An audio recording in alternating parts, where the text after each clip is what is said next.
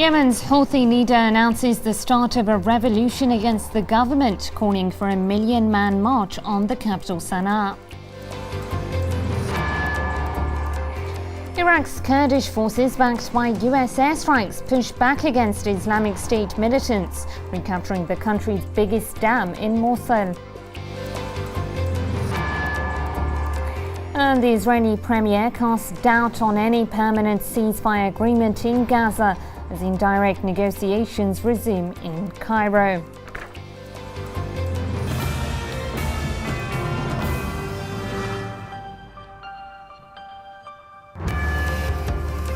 Hello there, you're watching Ali Tijah World News and I'm Fatima Basim.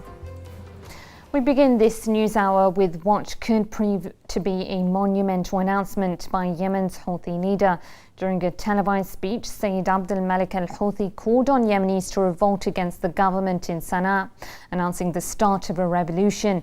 He went on to call for a million-man march on the capital due to kick off on Monday.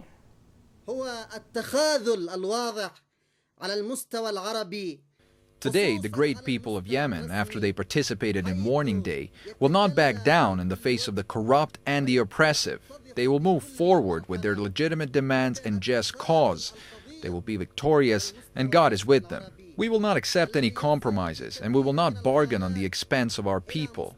We reiterate that because of the government has ignored Warning Day and the failure of the political parties to fulfill the people's demands, and in the face of challenges and threats in the region, we as Muslims and as the Yemeni people have to preserve and move to change our existing situation.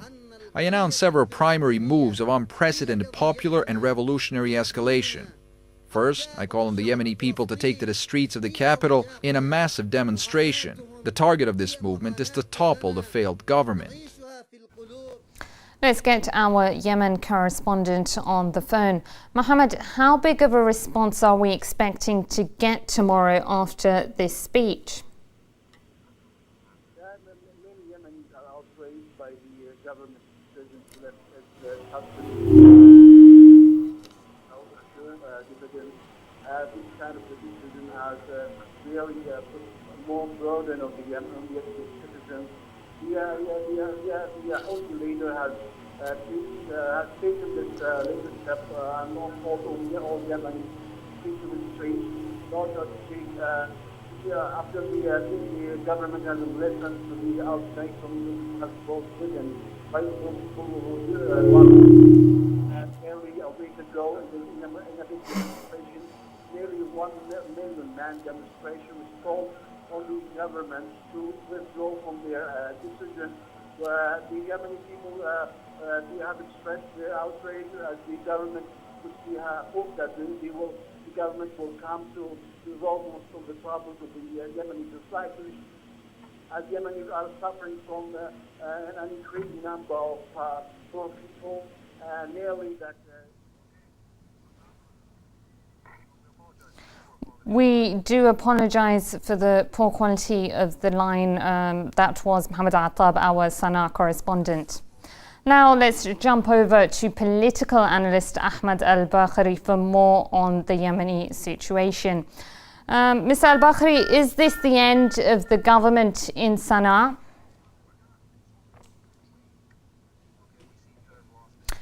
We seem to have lost Mr. Al-Bakhri. We will get back to this topic shortly afterwards.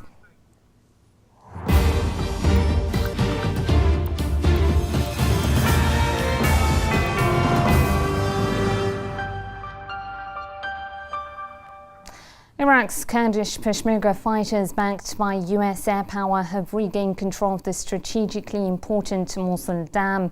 The latest advances come as the operation to retake territories lost to Islamic State militants gains momentum.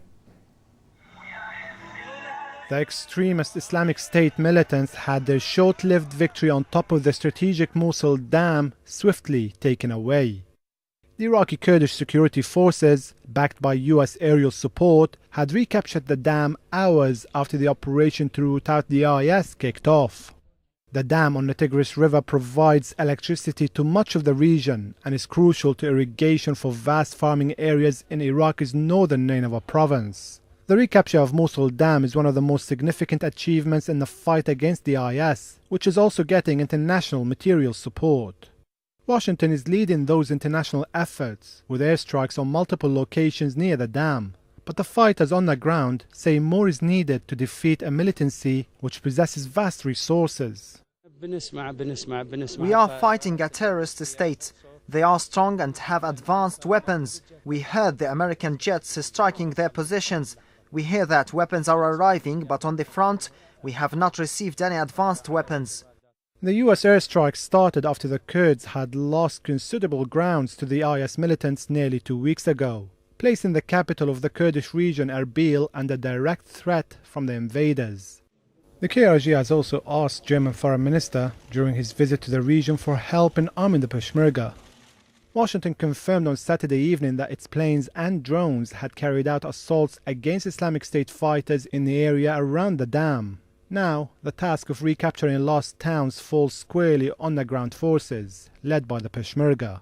We have to resist by any means necessary. By God and the members of the Peshmerga, we will prevail with minimum losses. And now another group has joined the fighting. The minority Yazidi population of Iraq, which is being chased off their land for weeks by the IS, has finally decided to stand up and fight. The Islamic State killed our young people and took our women and girls and then displaced us. Therefore, we came here. I called on Yazidi young men to volunteer to take revenge, and they came in large numbers. Only yesterday and today, we received about 55 men.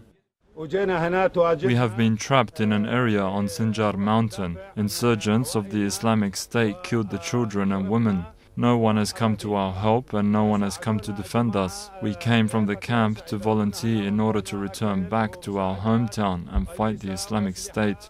Despite the support provided by the US military, it is unclear how long this aid will last, since the US had been turning a blind eye to the atrocities committed by the so-called Islamic State for the past 2 weeks. Let's speak to our senior correspondent in Iraq who joins us from the city of Sulaymaniyah in the Iraqi Kurdistan region. Wissam, what is the latest in fighting between IS militants and the Peshmerga forces? Yes, in fact, after the regain of Mosul Dam, the IS Islamic State affiliates have tried to take over the city of Tus Hormato, north of the capital Baghdad and south of the Kurdistan region. In fact, the attack has failed according to the description of the top security leaders in Kurdistan. In addition to, they say that the attack has actually been contained and it has resulted of killing more than 14 terrorists and wounding more than 20 others.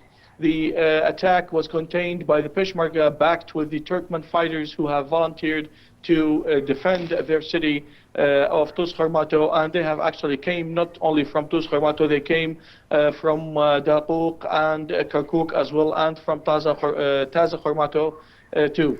The deployment of the Peshmerga right now, according to the officials in Kurdistan, they say that the deployment is of the Peshmerga is witnessing a very high amounts or high turnouts of soldiers in these areas, especially in Tus Hormato, Daquq, Kirkuk, Kirkuk's outskirts from Al Rashad town, heading to the outskirts of Mosul between the borders of Salah ad-Din and Erbil and Mosul and Erbil as well to Duhok.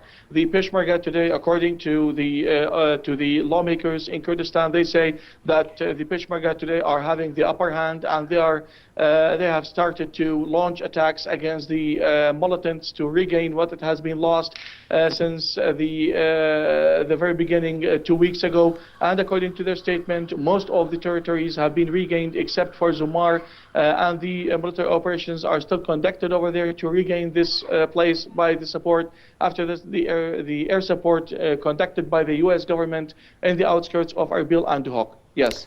But could we say that the Peshmerga forces have the entire control over the entire dam in Mosul? Because some reports still say that they only have control of parts of it.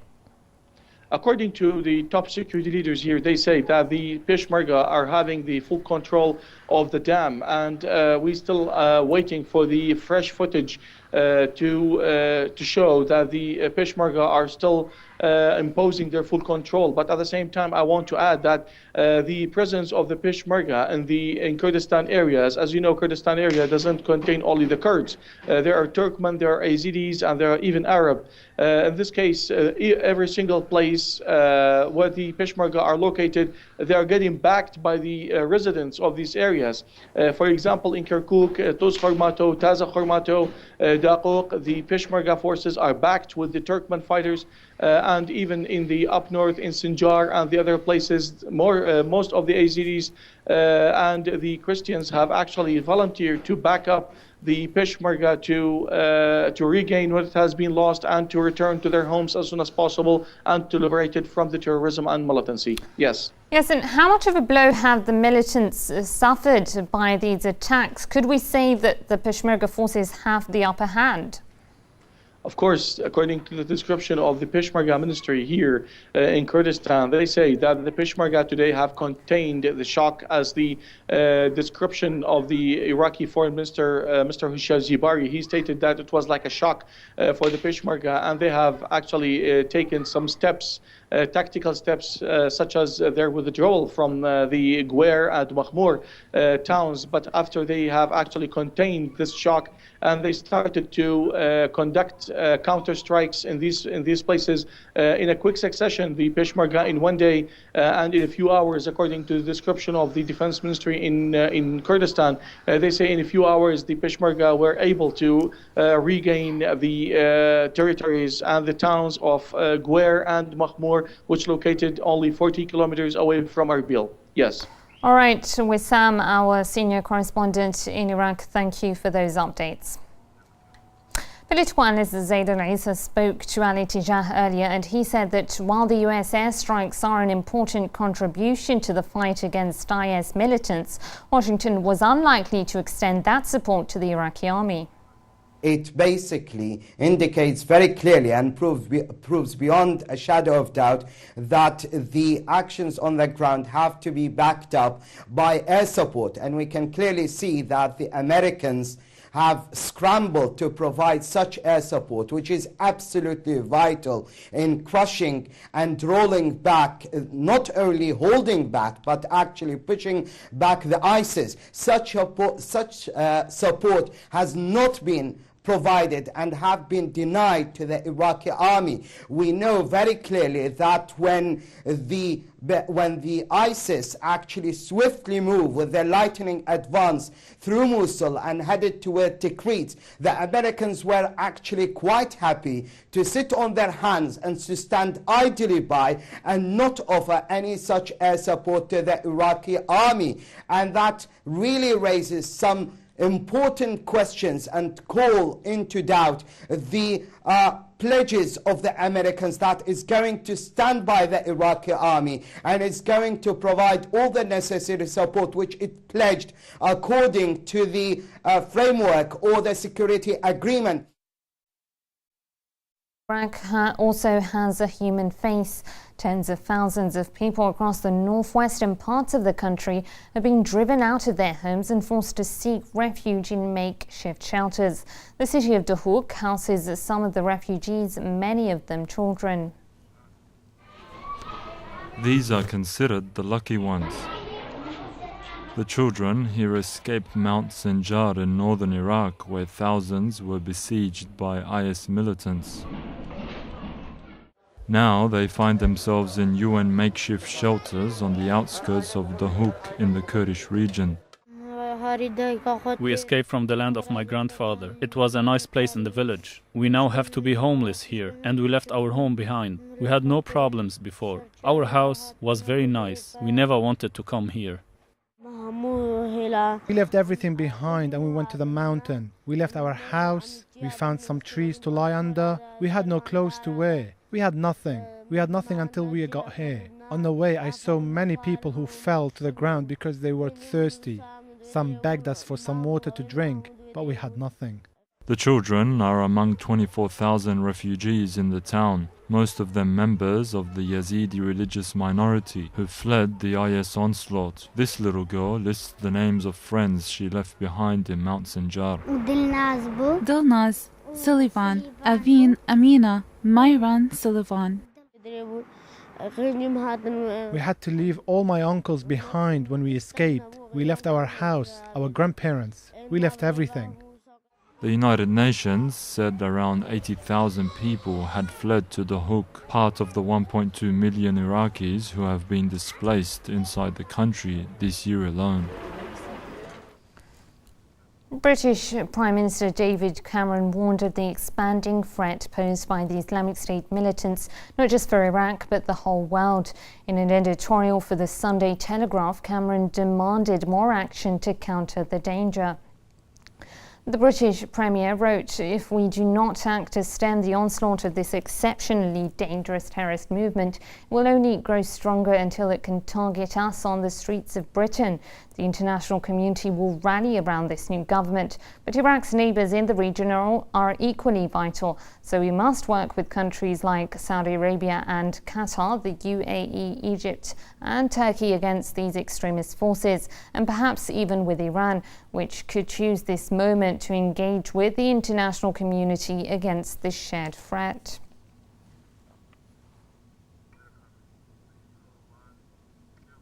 Meanwhile, the Syrian Air Force has launched strikes in the northern province of Raqqa, killing at least 31 Islamic State militants and wounding dozens of others. 13 air raids were conducted against the militant stronghold of Raqqa and 11 on the town of Tabqa in the same province.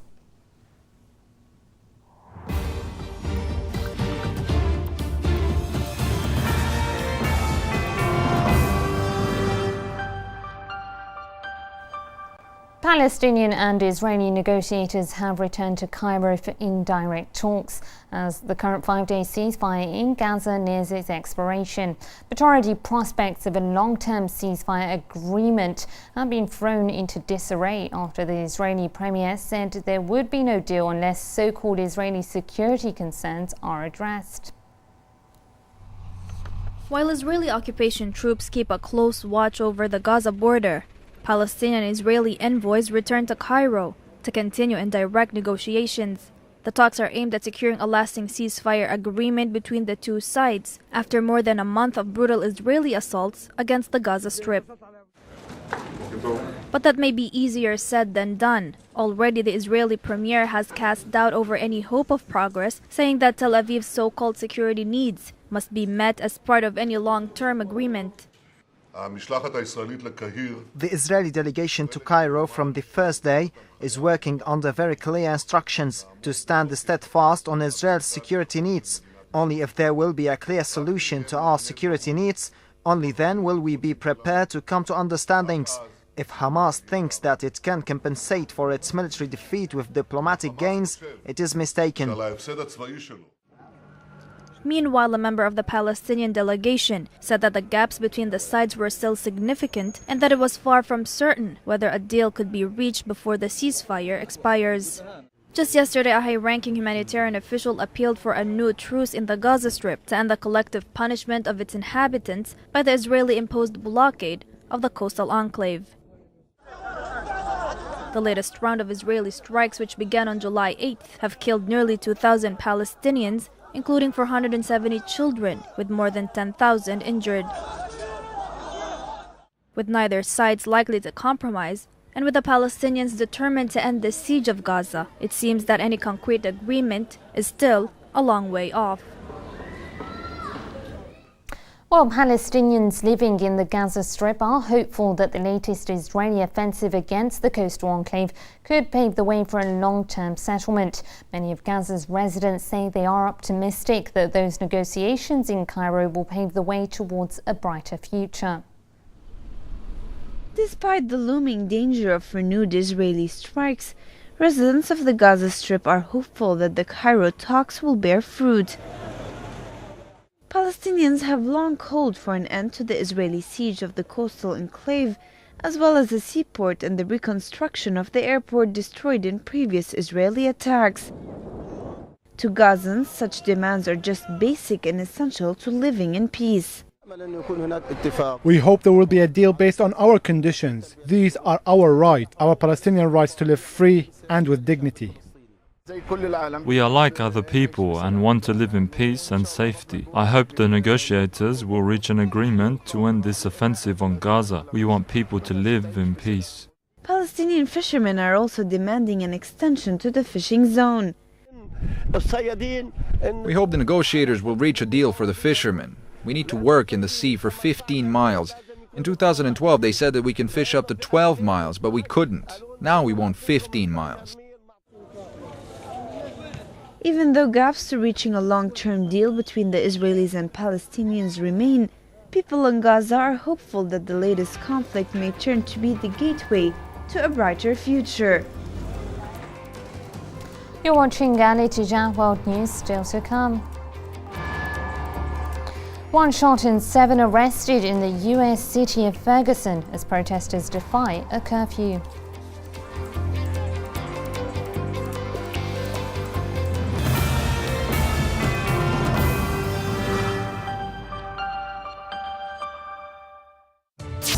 ISIS militants take full control of the province of Mosul.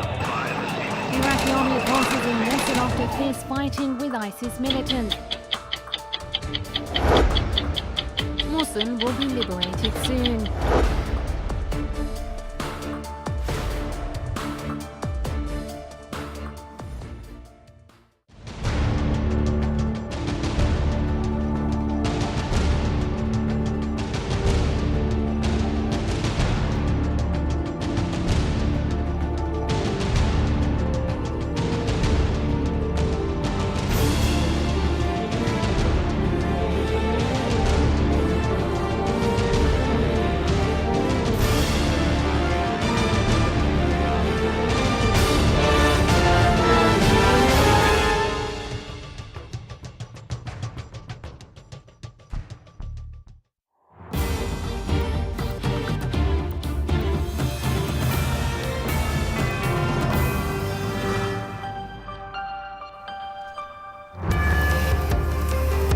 Welcome back to Ali Tijah World News. Here's a reminder of our top stories. Yemen's Houthi leader announces the start of a revolution against the government, calling for a 1 million-man march on the capital, Sana'a. Iraq's Kurdish forces, backed by US airstrikes, push back against Islamic State militants, recapturing the country's biggest dam in Mosul. And the Israeli premier cast doubt over any permanent ceasefire agreement in Gaza as indirect negotiations resume in Cairo.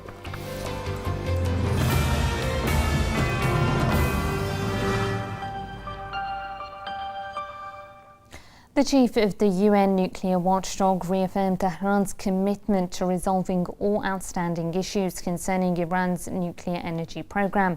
Yuki Amano made the comments during his visit to Tehran, where he held talks with Iran's President Sheikh Hassan Rouhani and other high-ranking officials. Hassan Dabash has that story.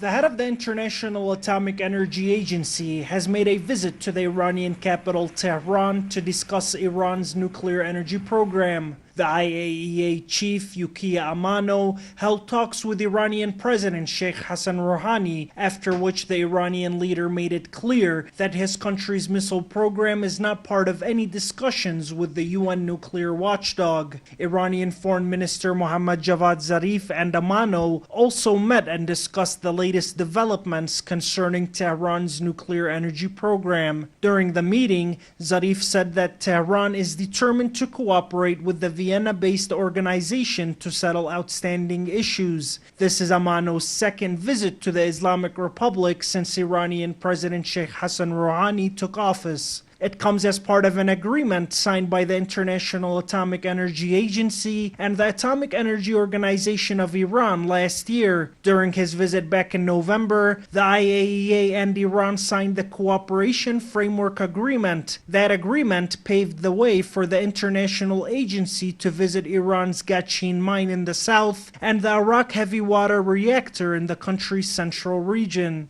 This visit, I think, will bear fruit because Iran has complied with all points of an agreement signed by Iran and the IAEA last year. This visit is solely over Iran's nuclear energy program, and according to Rouhani, it will go no further than that. Amano's visit will support the upcoming talks between Iran and the P5+1 group of countries.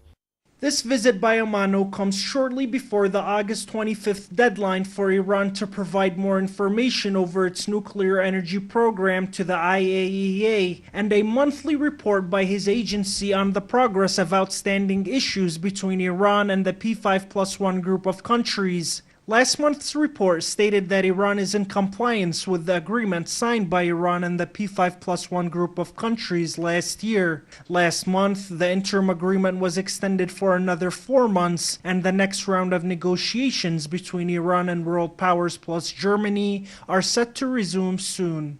Amano's visit to Iran comes ahead of talks between Iran and the P5+1 group of countries over Tehran's nuclear energy program. The upcoming talks will primarily focus on the coordination and cooperation between the P5+1 group of countries, Iran, and the IAEA. Right now, for Tehran, complicity means everything.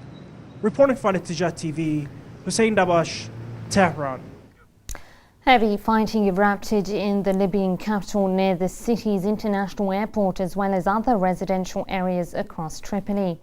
Gunfire and shelling with ground rockets and artillery guns could be heard from the early morning near the airport.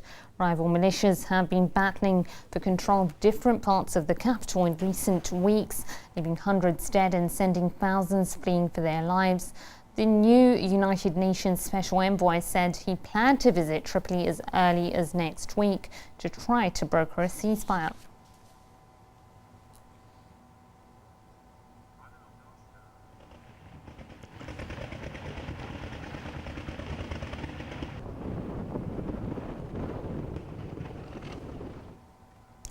Two UN peacekeepers have been killed and 7 others injured in a suicide attack that targeted a UN camp in northern Mali. Security sources said that an explosive-laden pickup truck entered the base and that the victims were from Burkina Faso. No group has claimed responsibility for the attack.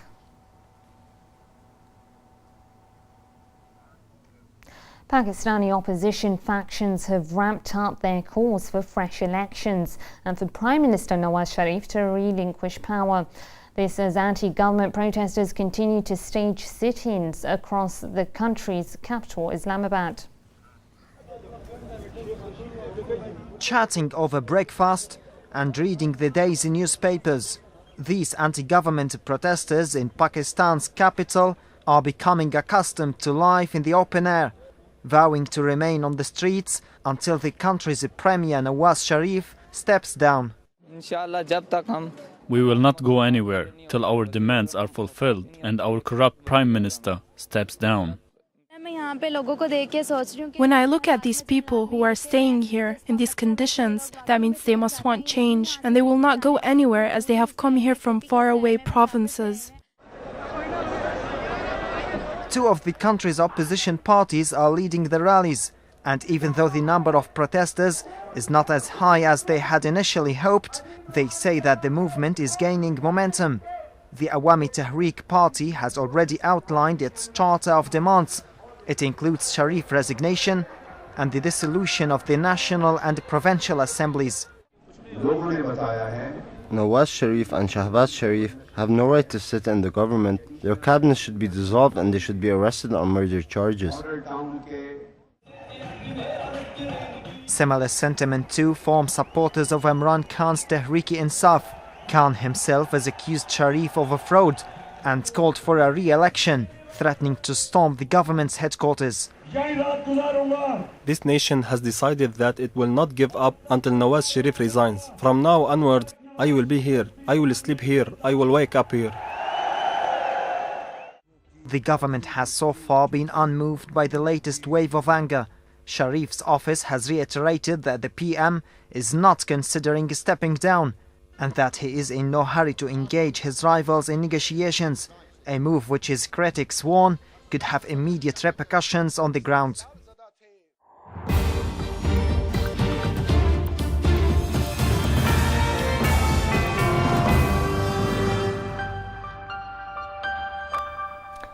Clashes between troops loyal to Kiev and rebels in eastern Ukraine are intensifying. In the latest round of fighting, Kiev's army has pushed deeper into the eastern cities as rebels shot down a Ukrainian fighter jet. As the sun set over the horizon, the sound of heavy shelling echoed across eastern Ukraine. Heavy fighting re-erupted between rebels and troops loyal to Kiev over the weekend, leaving another 10 civilians dead and bringing the total death toll to over 2,100. In Kiev, however, the operations are being deemed as a success. Yesterday, after a fierce battle in the residential area of Luhansk, the anti-terror operation forces restored control of a police station and raised the state flag of Ukraine on it. But the rebels are fighting back. After reporting that they had received a fresh batch of tanks and fighters, separatists shot down a Ukrainian army MiG-29 fighter jet in Luhansk. The ongoing fighting comes amid a diplomatic undercurrent which convened officials from both Kiev and Moscow for talks in the German capital, Berlin. The latest round of negotiations is aimed at diffusing tensions in Ukraine, but the success of these talks is far from guaranteed, as Kiev continues to accuse Russia of providing rebels with weapons and military equipment, a claim that Russia insists is baseless and could undermine the progress of any possible solution. Meanwhile, the government in Kiev has recognized a Russian aid convoy bound for Ukraine's eastern regions as humanitarian after days of controversy. According to Kiev, the cargo will be received by a delegation from the International Committee of the Red Cross and will proceed to Ukraine through the Donetsk checkpoint.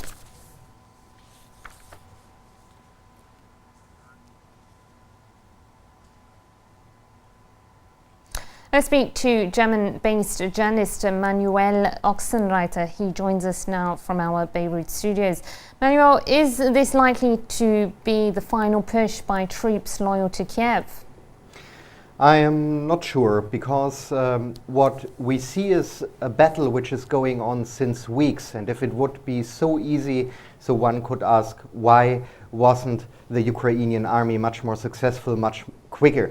We have to think back when Poroshenko was elected for president. He said it takes now already such a long time, which should just take days.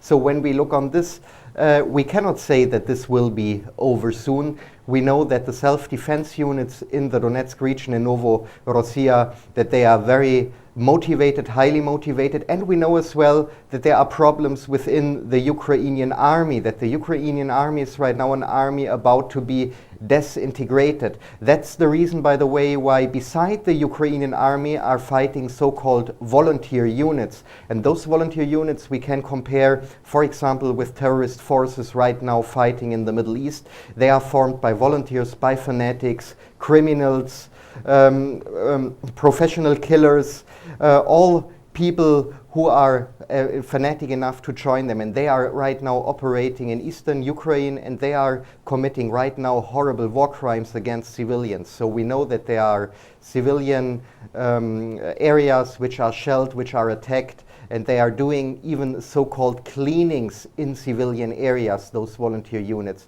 So we have that situation. We have the Ukrainian state, which is also very weak, which might be about to collapse because of economic reasons. So the situation is not clear at all, and the longer it goes, the more inconvenient it will become for Kiev. Will the Russian military cross the border to secure eastern Ukraine? I think this is the question a lot of analysts are asking since many, many weeks, maybe even since months, but we have to see, or we have to imagine Ukraine as a huge geopolitical trap, a mousetrap for Russia. What means if Russia would do a military operation against Kiev, or simply to secure a humanitarian corridor for the eastern Ukrainians, this would be taken by the West as an official reason of war. Then we would see a mechanism of war against Russia, and I think Moscow knows that very well. So they give their limited support to the independent fighters, to the self-defense units, and to the people, as we know now, with a convoy, with a help convoy for the civilians there. But I doubt that Russia would right now do an official military step. Although Russia would have, of course, the right to do so, we have to imagine what would the Americans do in a similar situation. They wouldn't hesitate to send bombers, to send jet fighters, and of course to send ground troops as well. So for Moscow it might be much clever to wait right now, as we said, to wait until the Ukrainian state becomes weaker and weaker. Maybe the Ukrainian army might disintegrate more and more, and to get in a much better position for later on negotiations. But President Putin did promise to protect the Russian minorities, and although we are seeing aid convoys coming into eastern Ukraine, the situation is only worsening. How much can he wait? That's the really big question. What he was doing right now is sending humanitarian help, what is very important. By the way, we see by that measure, we see by that embarrassing debate which went on for days, if that convoy is allowed to enter eastern Ukraine or not. One could ask, where was the Western convoy with help? Where was the convoy coming from Kiev? There was nothing by this. They are just sending professional killers and their army, heavy artillery against civilians. So, but the question is still, you're right, the people in eastern Ukraine, especially the self-defense units, ask for that support, and many of them, we can read that every day and we can hear their voices. They feel betrayed even by Moscow because they hoped for that support. But as we said, we shouldn't forget that this country is a huge geopolitical trap, and that even right now military help for the independence fighters in eastern Ukraine could turn the whole thing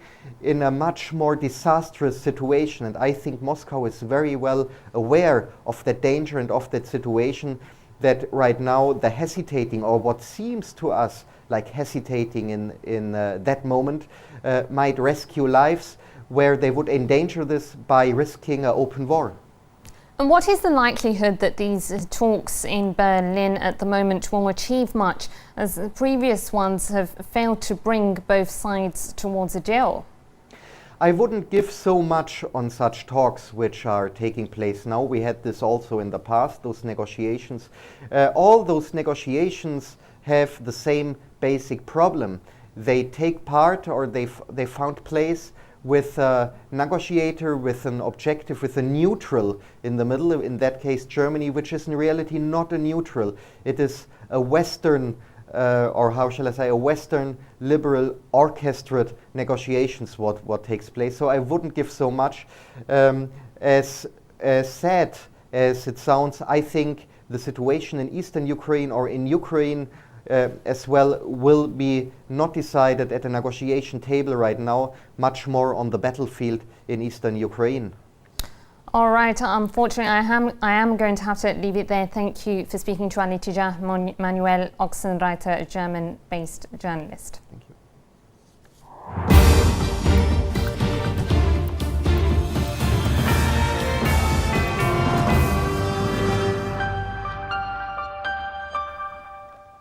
Seven people have been arrested and one person was shot in the US city of Ferguson.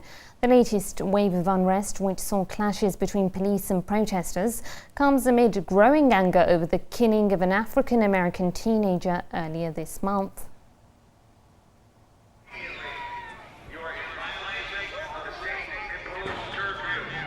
In the haze of tear gas, these crowds of protesters in Ferguson, Missouri, refused to leave the area after Governor Jay Nixon imposed a curfew designed to quell ongoing unrest after the fatal police shooting of Michael Brown, an unarmed 18-year-old who was killed on August 9th.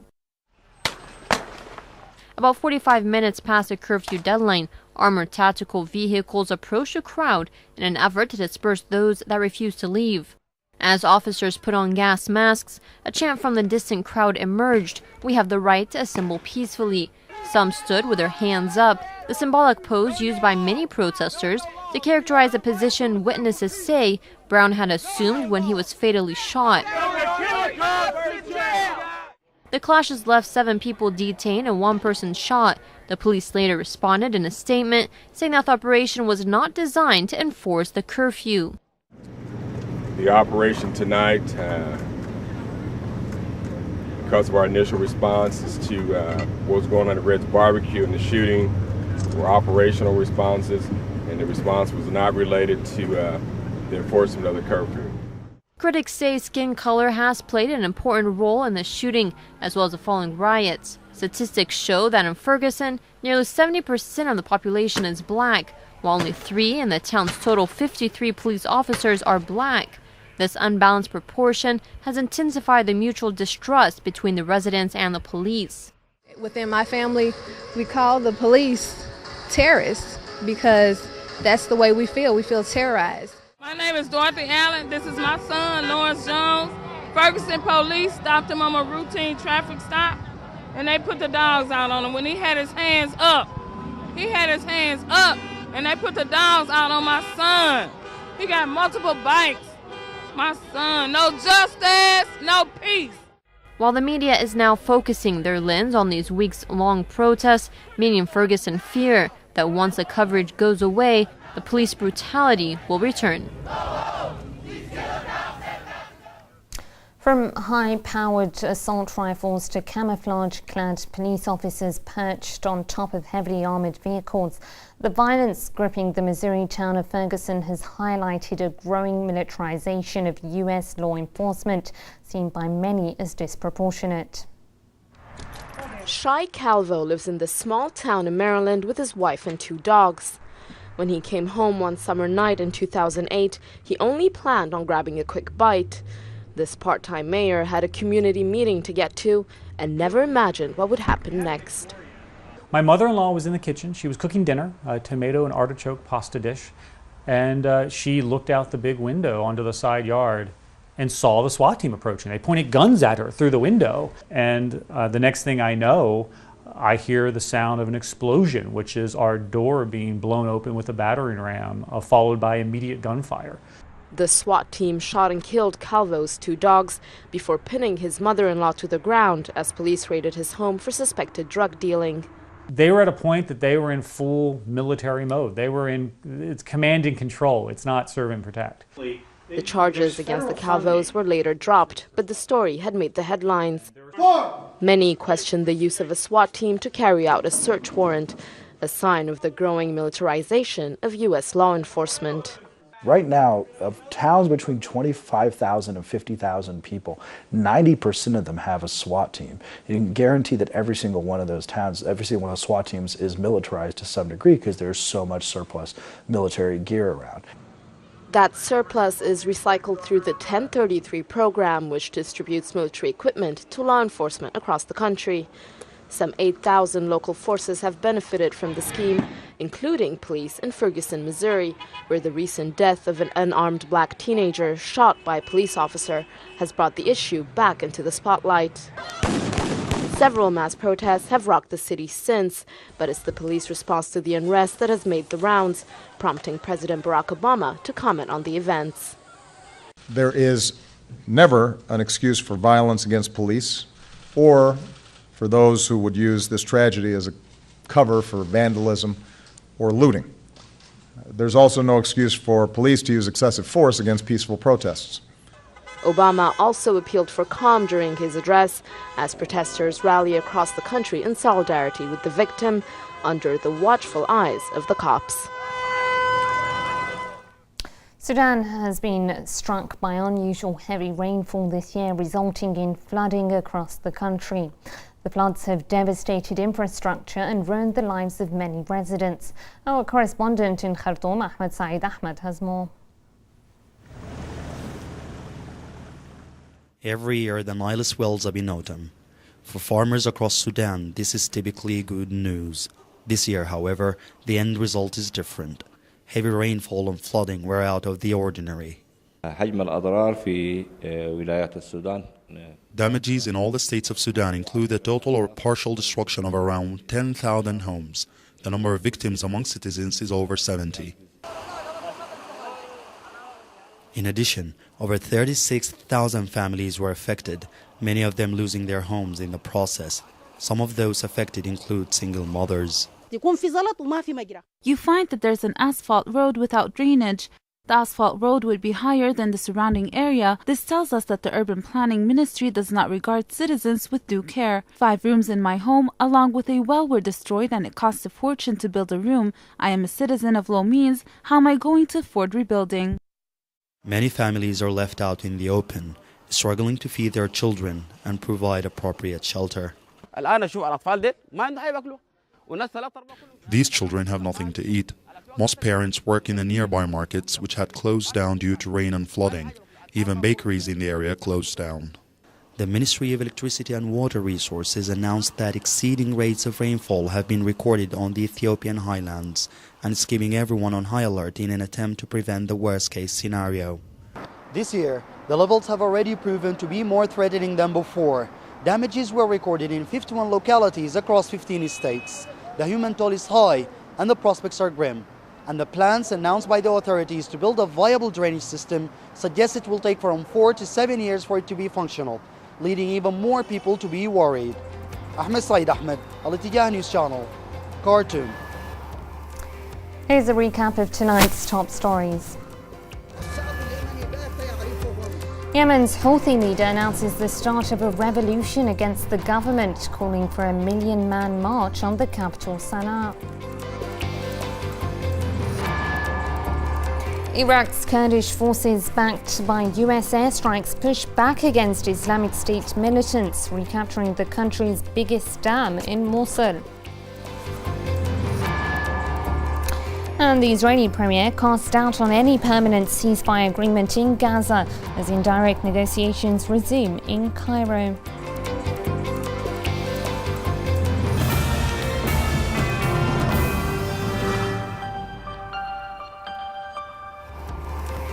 Well, that's all from me and the Al-Ittijah News team. Thank you for watching and good night.